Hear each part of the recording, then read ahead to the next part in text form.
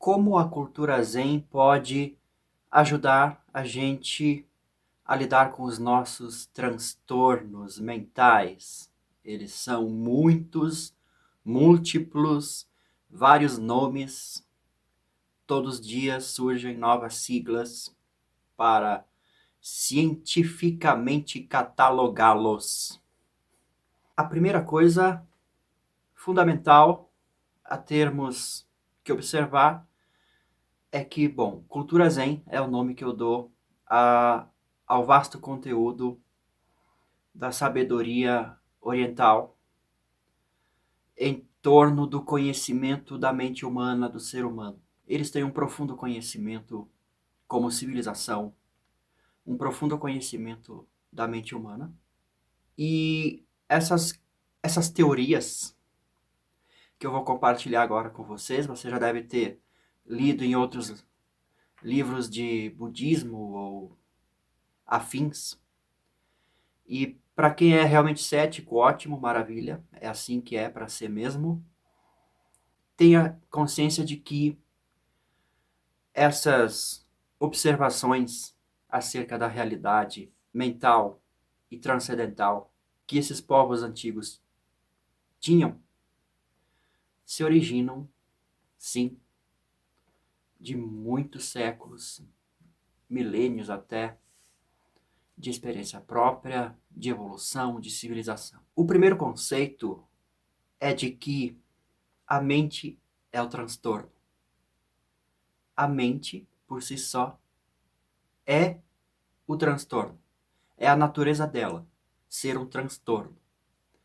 Ela é praticamente um transtorno entre uma membrana que se forma entre o cérebro, o corpo e a alma.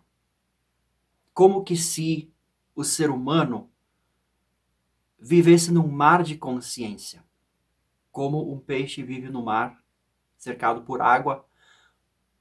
Nós vivemos num mar cercados de consciência, onde a membrana que nos separa desta consciência cósmica seria a mente, o processo da mente. Então, nós temos que ir além da mente, caso quisermos sermos saudáveis mentalmente. Nós temos que usá-la como um trampolim para ascender a um outro nível, contactar a nossa essência, a nossa consciência maior, por assim dizer.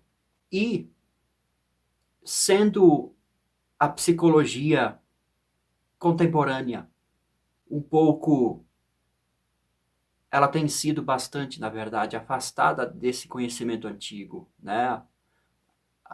Nós temos um consentimento social de que a medicina, ela é, assim como a psicologia, a ciência, ela é mais sofisticada e avançada do que, ora bolas, do velho conhecimento popular antigo. Não temos esse consentimento? Temos, né? Foi ensinado assim. Esta soberba aconteceu, se não me engano, na época do desenvolvimento industrial. Mas esse não é o papo para esse vídeo. Posso até ter falado bobagem. Então, vamos tirar essa parte. Vamos manter aqui o foco do nosso trampolim. Como funciona isso tudo. Então, a mente, ela é um processo. Imagine uma criança, ela tem uma não-mente.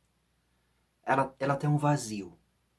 E aos poucos, logo, imediatamente, que ela nasce, são instalados os programas mentais da cultura humana, do seu povo, da sua família, da sua tradição.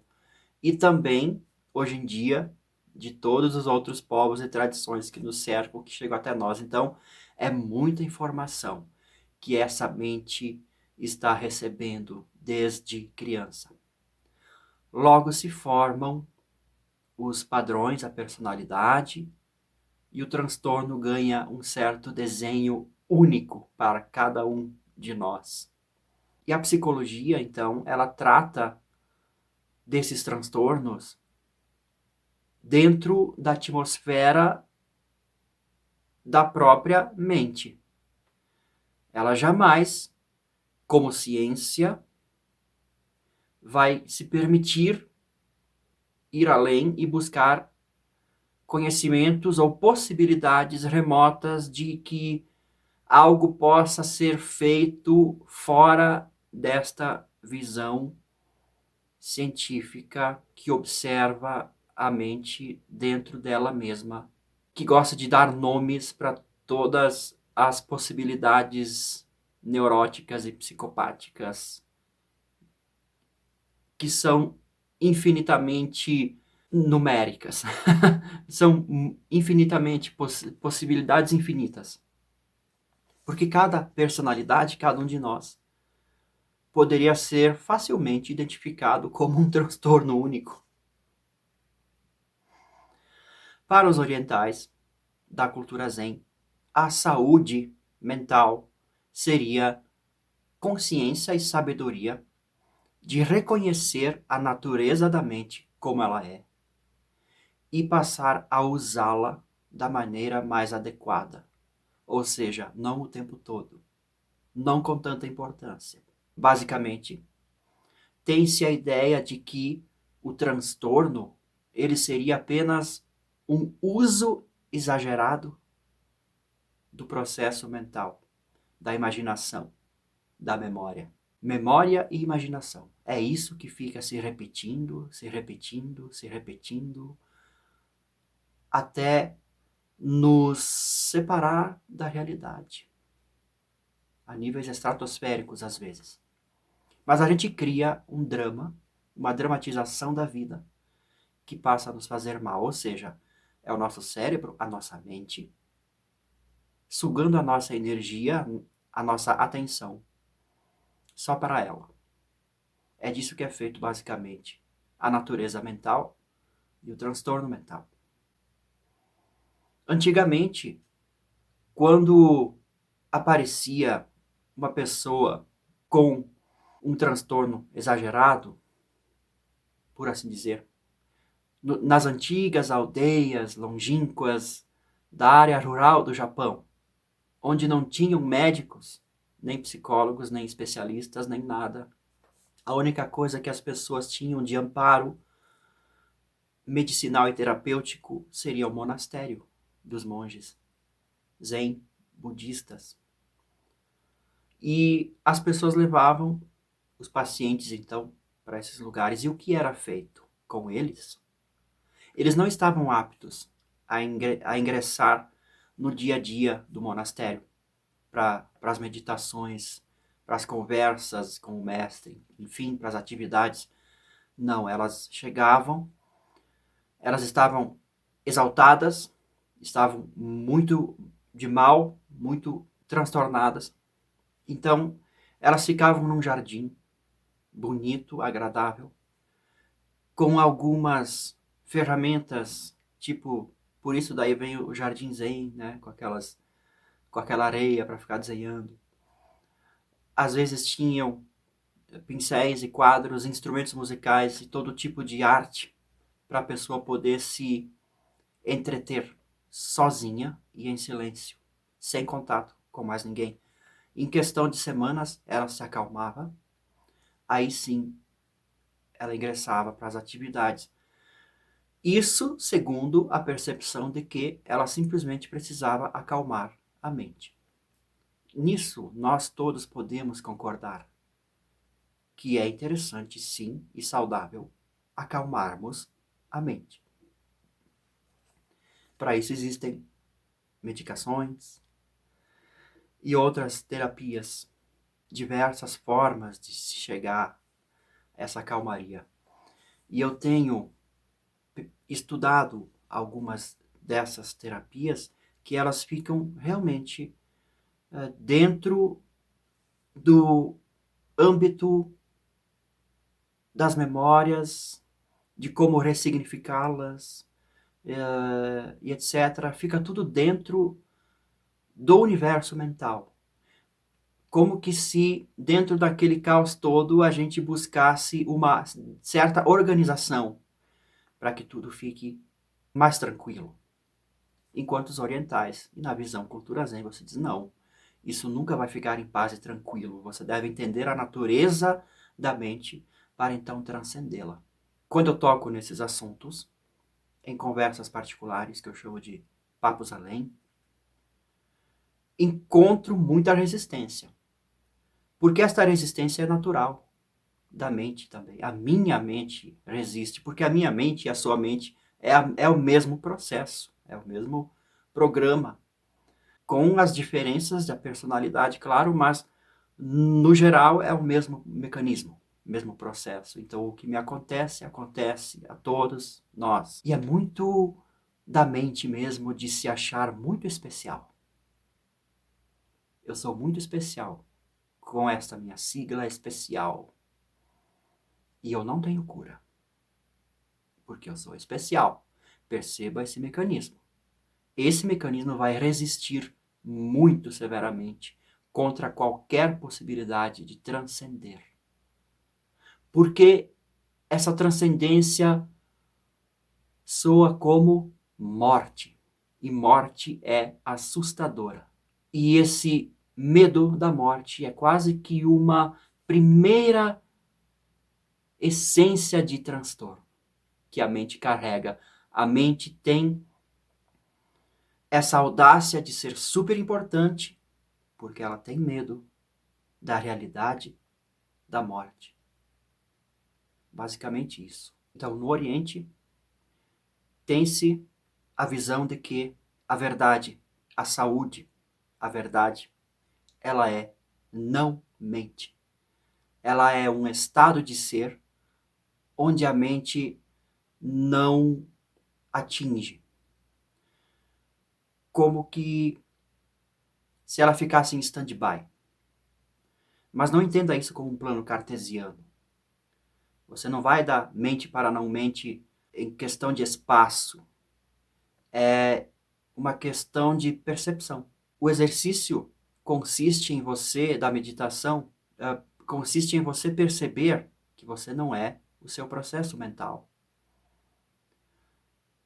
Você tem que captar o segundo que o pensamento aparece e quer chamar a tua atenção, quer te tirar do silêncio. Aí você percebe que existe alguém experimentando o silêncio. Ele é de uma outra natureza, não pensativa e não dramática. Ele simplesmente é. E o ruído da mente, ele sempre acontece. E quando você dá atenção, ele vira um barulhão, sem fim. Quanto mais barulho, sem fim, mais transtorno, mais apego à personalidade, mais especial esse ruído vai se achar e mais energia ele vai sugar do seu mecanismo orgânico, da sua existência física. É realmente uma questão de energia, porque de tanto se pensar, o motor acelera demais e chega um momento em que ele colapsa, porque esse é o caminho da mente, por si só ela colapsa. Assim como todo o estudo e o lidar e a terapia que lida apenas com a mente vai colapsar. E colapsar não é curar. E esse colapso, essa energia demais do pensar, ela causa também fadiga. Então nós temos ali a ansiedade e a depressão, mais ou menos isso. Um aceleramento mental, depois uma quebra, uma falta de energia, simplesmente. Mas que continua se retroalimentando. É uma coisa séria, ok? E você quer dizer que apenas silêncio e meditação vai curar isso? Olha, hein? É muito sério. É muito forte isso. Não parece justificável. São séculos de filosofia aqui no Ocidente. De amor ao pensar. Amor ao pensar. E lá no Oriente eles têm uma palavra darshan, ao invés de filosofia. Darshan. Darshan significa ver. Quem é das antigas lembra do desenho da Princesa Sarah, o Cavalo de Fogo? Que eles iam para o reino de Darshan, né? É essa palavrinha aí. Significa ver. Ok? Como eu mesmo disse em outros vídeos, naquele tempo, Os transtornos eram mais simples. Hoje, com tanta informação, desde cedo, a nossa mente fica muito complexamente transtornada. Então, quando é que o silêncio vai curar isso tudo? Não tem como. Aí entra a parte terapêutica necessária. E a terapia é nada mais que ouvir com atenção e amor. Terapia, para a cultura Zen, é amor e meditação. Amor parece papo de religião ou de poeta, né? Um papo bem... isso... Se os pais estivessem amando, se os professores estivessem amando, se os políticos estivessem amando, não existiria transtorno. Pensando no indivíduo, em cada um de nós, quando você estiver amando, o seu transtorno mental não lhe atinge. Então o amor é para ser compreendido como a maior inteligência possível, enquanto a mente é a menor inteligência possível. Para o pessoal da cultura Zen, a mente humana é o nível mais baixo de consciência. É um presente que a natureza lhe deu na evolução biológica. Um cérebro poderoso, de alguma forma aconteceu essa maravilha que é o processo mental, essa flor da evolução. Difícil de lidar com tantas possibilidades que essa flor entregou à humanidade. Estamos aprendendo. Mas ela é um nível básico. E o amor seria essa tal de consciência que nos cerca.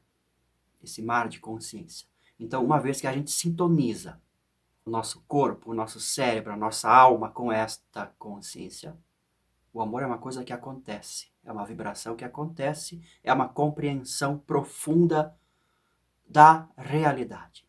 Enquanto a mente é um ruído entre a realidade. Então, com este conceito básico, todo vídeo eu posso ter viajado demais, mas entendido esse final aqui, você já tem matéria para refletir, para sentir e para ser.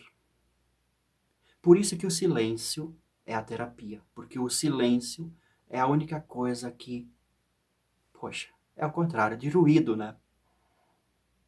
E é um exercício que o indivíduo tem que se dar ao trabalho de silenciar, porque ele está educando a sua mente. Os orientais também têm a visão de que a mente é o macaco tagarela, que não para quieto, que tem que ser acalmado. Se fala muito em meditação e respiração, né? Porque a respiração é o elo natural entre o seu corpo, o mundo, sua mente, porque a respiração dá energia para o cérebro. E você percebe que o cérebro rouba toda essa energia e transforma em pensamentos. Aí que tá. Procure não usar essa energia. Apenas deixe-a fluir. E respirar sem pensar é essa experiência. A energia entra e sai, você apenas sente a energia fluindo. E pensando dessa forma, não parece tão doideira, tão poesia. Parece uma coisa bem cabível, bem racional, não é? Então faça esse exercício. Respire e preste atenção na respiração. Apareceu o ruído? Veja o ruído acontecer. Interprete-o exatamente como ele é. Um ruído. Aí você vai estar começando a lidar com os seus transtornos de uma maneira cultura zen. Até outro vídeo.